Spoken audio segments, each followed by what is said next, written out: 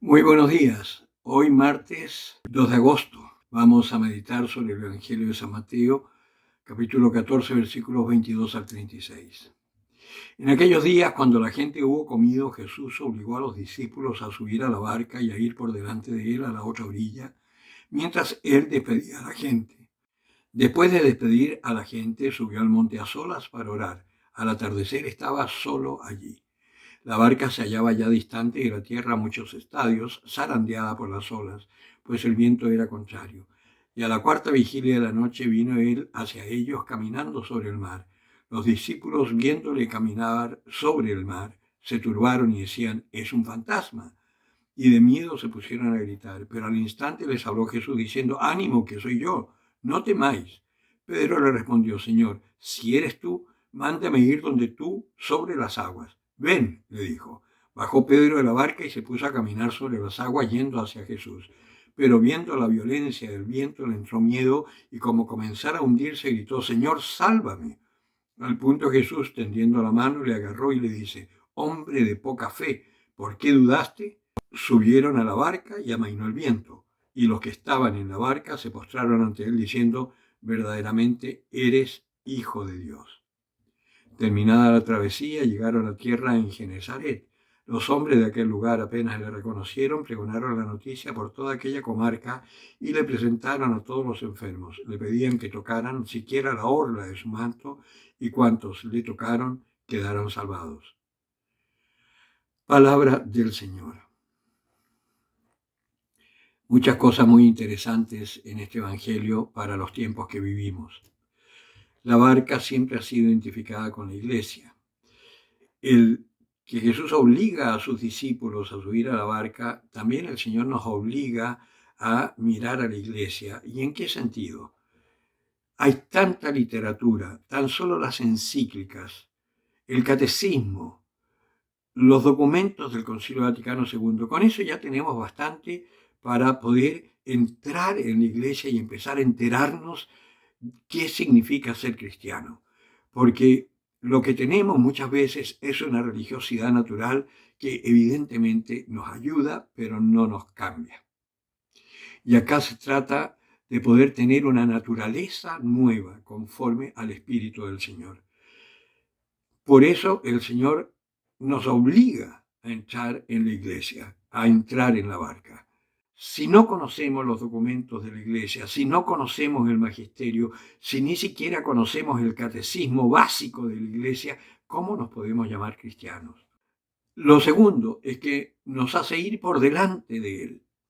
Vale decir, nosotros vamos a anunciar el amor de Dios. Nosotros llevamos el amor de Dios que hemos experimentado en nuestra vida y eso lo anunciamos. Otra cosa interesante de este Evangelio, de muchas cosas, la barca está zarandeada por las olas, pues el viento era contrario, tal cual lo que sucede hoy. Hoy la iglesia está zarandeada por las olas porque los vientos que corren hoy en el mundo son absolutamente contrarios a la fe. Y nosotros somos tan ingenuos que muchas veces nos adherimos a esos planteamientos anticristianos, porque ni siquiera se puede decir que sean no cristianos, son anticristianos. Ya hemos visto en el templo de Maipú esa herejía que cometieron esas mujeres absolutamente desquiciadas, tomadas por el demonio, mostrando el culo al aire con cola de caballo por el apruebo. Esa es una profanación gravísima al templo y esas pobres mujeres no van a quedar impunes, porque si hay algo que Dios detesta y que el Señor detesta es que ofendan a su madre. Y la están ofendiendo tanto en la naturaleza femenina como en su naturaleza divina. A María se la respeta. Y en el templo votivo dedicado a ella, a la patrona de Chile, que hagan esa aberración, no tiene nombre. Tenemos que rezar por ellas. A mí me cuesta mucho. Yo quisiera que se pudran, honestamente lo digo.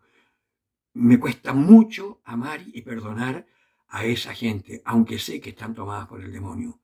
Rezo por ellas, pero, Señor, que no quede impune, porque si no, seguirán destruyéndote y aún no estamos preparados nosotros. Si nosotros estuviésemos preparados, Ya podría el Señor dejar que hagan lo que sea y que venga de una vez por todas la persecución a la iglesia, que estos vientos están procurando hundir la nave de Dios. Pero el Señor camina por sobre las aguas, es decir, el Señor es más fuerte, el amor es más fuerte, como decía San Juan Pablo II, y Él camina sobre la muerte.